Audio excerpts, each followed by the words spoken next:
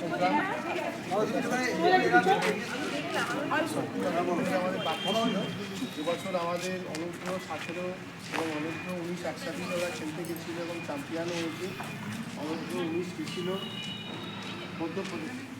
মধ্যপ্রদেশে, তারা তামিলনাড়ুকে হারিয়ে চ্যাম্পিয়ন হয়েছে এবং ওদেরকে কথা দিয়েছিলাম ওরা যদি জিতে আসে, যেহেতু গত বছর আমাদের রেজাল্ট পাইনি, এবছর ওরা যেটা গিফট চাইবে নিশ্চয়ই চেষ্টা করবো আমরা দেওয়ার সাধ্যমতো।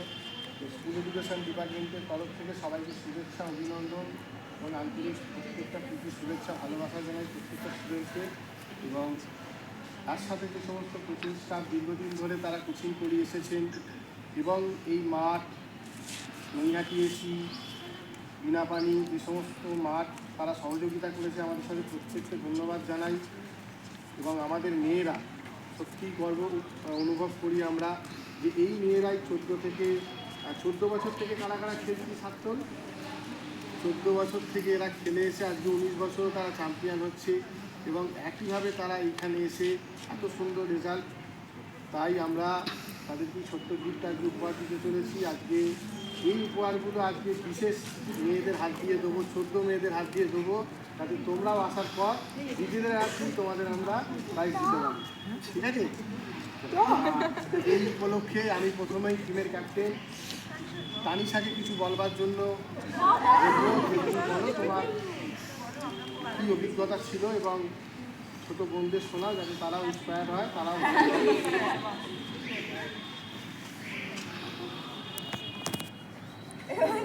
বলো। এমনিতে এক্সপিরিয়েন্স বলতে গেলে ওখানে থাকার ব্যবস্থা খুবই বাজে, আর ঠান্ডাও প্রচুর ছিল, তার মধ্যে আমরা অ্যাডজাস্ট করে থেকেছি একসাথে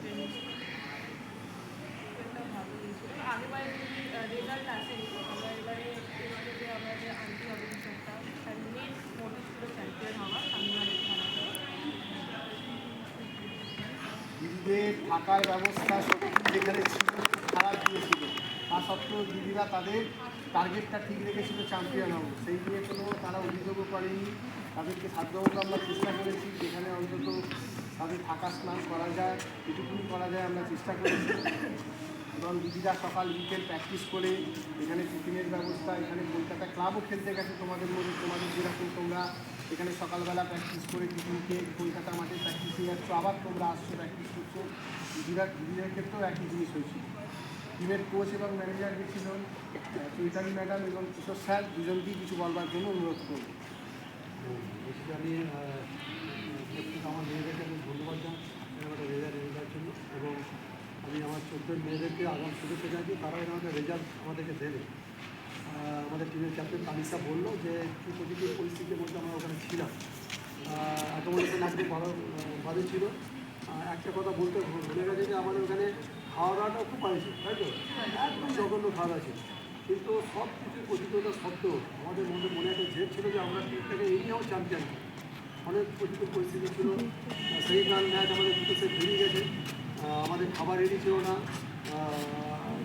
ঠিকমতো আমরা ওয়ার্ম আপ করতে পারি নাই, তাও দুটো সেট হারিয়ে যাওয়ার পরেও মেয়েরা তাদের ছন্দে ফেলে এবং আমরা আবার টিমটাকে হারিয়ে এবং অবশ্যই তামিলনাড়ুতে আমরা টেস্ট সেট হারাই। এটা আমাদের একটা খুব বড় অ্যাচিভমেন্ট, যেটা গত বছর থেকে আমাদের মনে একটা খারাপ লাগার বিষয় ছিল যে আমরা তামিলনাড়ুর কাছে হেরে গেছি। কিন্তু আমাদের খুব ভালো টিম ছিল। এবছর আমাদের টিমটা গত বছরের তুলনায় একটুখানি বোধহয় ডাউন ছিল, কিন্তু সে সত্ত্বেও আমাদের টিমটাকে চ্যাম্পিয়ন হওয়ার জন্য আমি খুব খুশি। এবং সবচেয়ে বেশি আমি আমার এই মেয়েদেরকে আমি মানে মেয়েদের কোচ হিসাবে যাওয়ার জন্য আমি নিজেকে মানে গর্ব অনুভব করছি। এরা এত সুন্দর কথা শুনে ছেলেদের সেইভাবে তার জন্য পাঠানো যাচ্ছে। 14 যারা মেয়েরা আমরা যাদের সঙ্গে আমরা যাচ্ছি, তোমরা ঠিক এইভাবে অভিযোগ থাকবে, আমরা যেভাবে গাইড করবো সেইভাবে চলো, আমাদের ঠিক রেজাল্ট আসবে, ঠিক আছে?